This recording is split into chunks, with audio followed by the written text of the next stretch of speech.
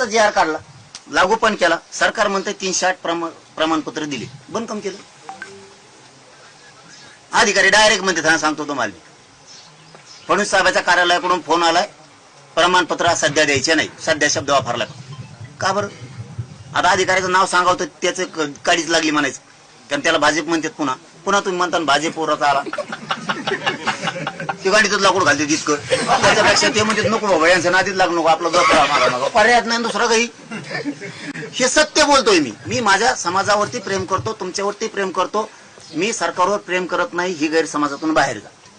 तुम्ही माझ्या समाजाला द्या. 8 महिने झाले शांत झालो, मी नुसतं समाजाला गॅजेट दिलं तर गप्प बसलो. दिलं तुम्ही, नाही दिला. तुमचा एक दुसरा शब्द होता, तुम्ही नारायण राणे साहेबाला भांडले का?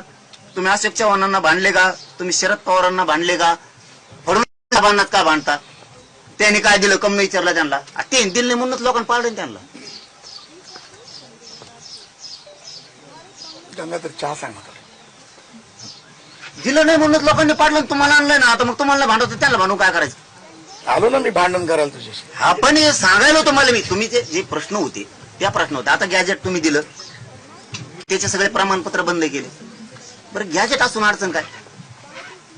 सगळ्या 1,23,000 बीडला आहेत, कुणबी कुठं गेले?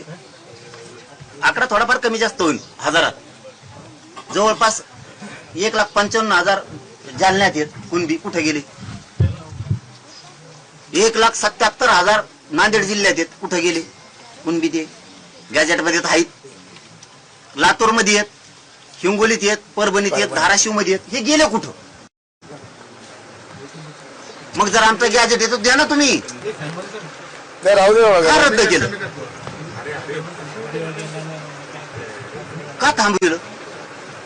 नाही मी दादा आपल्याला तेच सांगायला, या गोष्टी छोट्या नाहीत, पण हा कुठेतरी गॅप आहे. मी आज तुझ्याकडे का आलो, भाऊ म्हणून का आलो, तुझं ऐकायला का आलो, की या कुठेतरी गोष्टी कुठे थांबल्या आहेत. त्या का थांबल्या आहेत?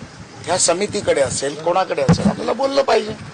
म्हणून मी म्हटलं ना, माझं गंगाधरशी बोलणं झाल्यानंतर गंगाधरचं म्हणणं होतं 7-8 विषय दादांच्या मनामध्ये फार आहेत, जे तुम्हाला चर्चा करावे लागतील. तर मी म्हटलं मी येऊनच वैयक्तिक बोलतो, तुम्ही मला मेसेज करणार, मी तुमच्याशी फोनवर बोलणार, असं व्हायला नको.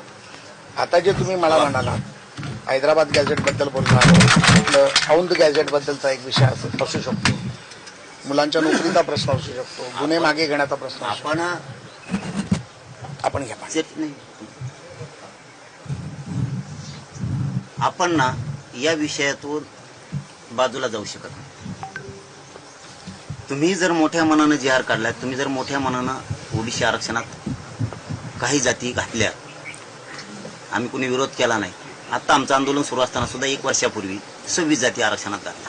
म्हणजे आंदोलन सुरू आमचं आणि तुम्ही जाती घालता त्यांचे, आणि ज्या बसतच नाहीत ते कोण गरीब